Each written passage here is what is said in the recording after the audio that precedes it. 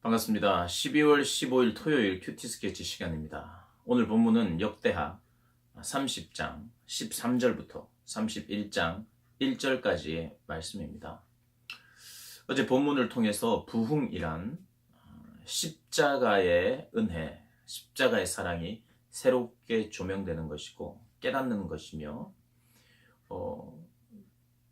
그 부흥이 구약의 의미로는 유월절이 다시 한번 체험된 유월절의 그 어린 양의 피의 은혜, 또 하나님의 그 구원의 은혜가 다시 한번 기억되고 체험되는, 거기서부터 참된 부흥이 시작된다고 말씀을 드렸습니다.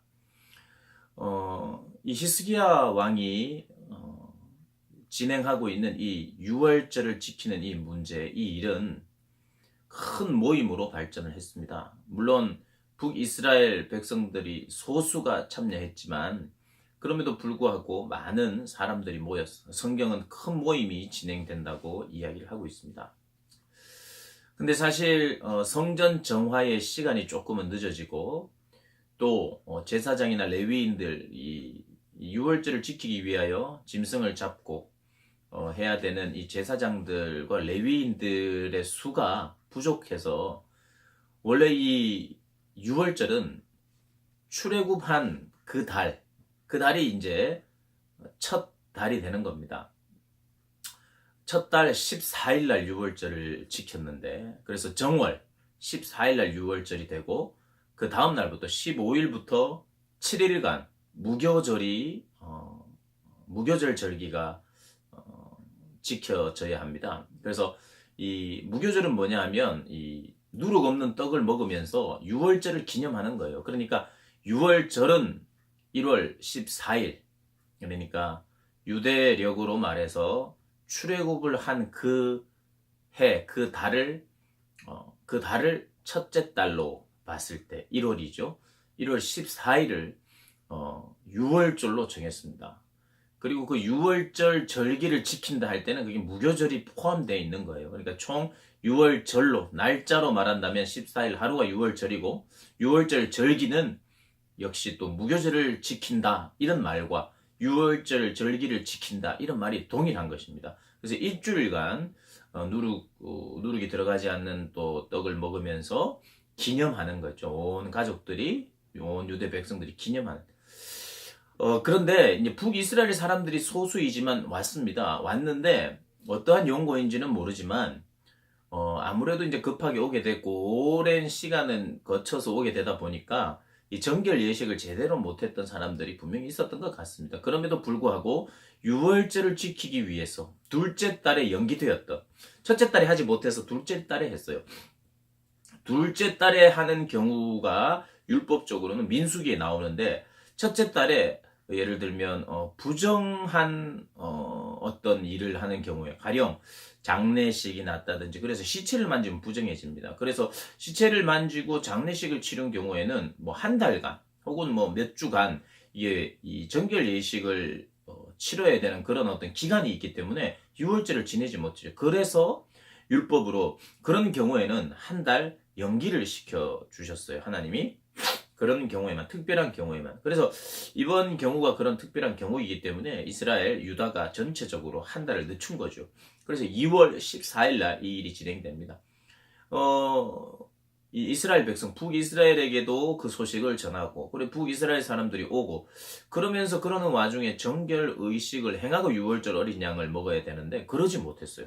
그렇지만 이들은 결심을 하고 작정을 하고 왔어요. 내가 신앙을 회복하리라. 내가 여호와의 그 유월절의 은혜를 내가 또 기념하고 내가 새로워지리라는 그런 결심을 하고 왔기 때문에 비록 그 정결 예식을 제대로 참여하지 못했지만 음식을 그래도 먹었던 것 같아요. 하지만 이것이 문제가 되기 때문에 히스기야 왕이 기도를 합니다.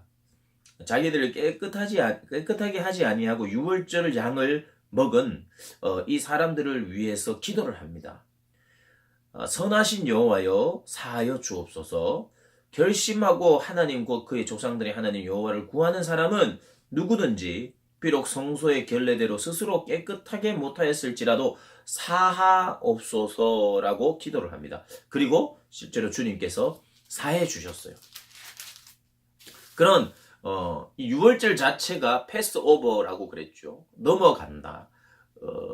죽이지 않고 넘어간다. 넘어가서 너희들을 구원해준다. 살려주고 너희들을 구원해준다는 그 의미인데 거기에서 또 정결 예식에 제대로 참석하지 못하는 자까지도 하나님께서 그들이 어떤 마음으로 왔느냐 하면 유월절을 지키겠다. 내 신앙을 지키겠다. 회복하겠다 하는 그들을 은혜를 베풀어 주셨어요. 그리고 이중적인 은혜죠.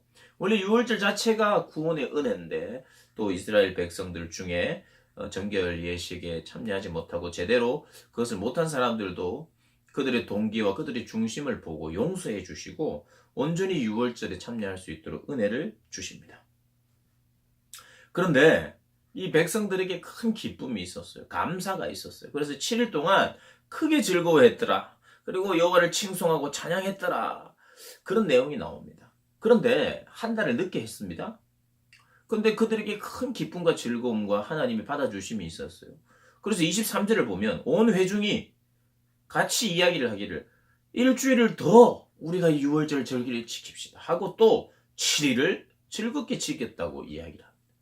그러니까 쉽게 말하면 이런 겁니다. 수련회를 우리가 일주일 하자. 그래서 너무 기쁘게 즐겁게 함께 했어요. 뭐 회비를 못 낸 사람도 들어와라 해서 일주일을 보냈어요.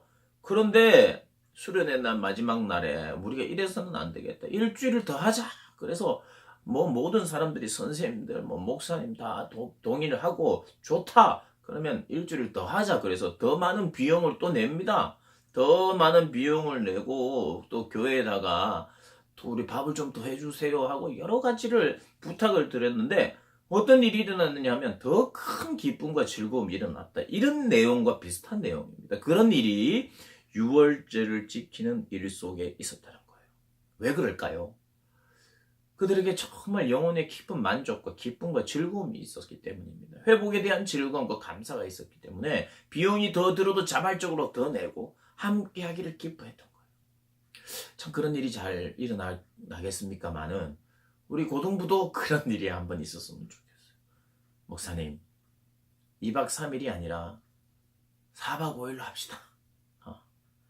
그런 부흥이 가져다준 은혜가 가져다준 그런 결과들이 우리에게도 있기를 참 소망해 봅니다. 오늘 이 유월절을 지키는 이 일들 위에 그러한 역사가 있었다고 성경은 증언합니다. 그리고 나서 그렇게 일주일을 더 지키고 나서 각 사람들이 집으로 돌아가면서 그들이 한 일은 뭐냐면 31장 1절에 이렇게 나옵니다. 이 모든 일이 끝남에 거기에 있는 이스라엘 무리가 나가서 유다 여러 성읍에 이르러 주상들을 깨뜨리며 아세라 목상들을 찍으며 유다와 베냐민과 에브라임과 므낫세 온 땅에서 산당과 제단들을 제거하여 없애고 이스라엘 모든 자손이 각각 자기들의 본성 기업으로 돌아갔더라.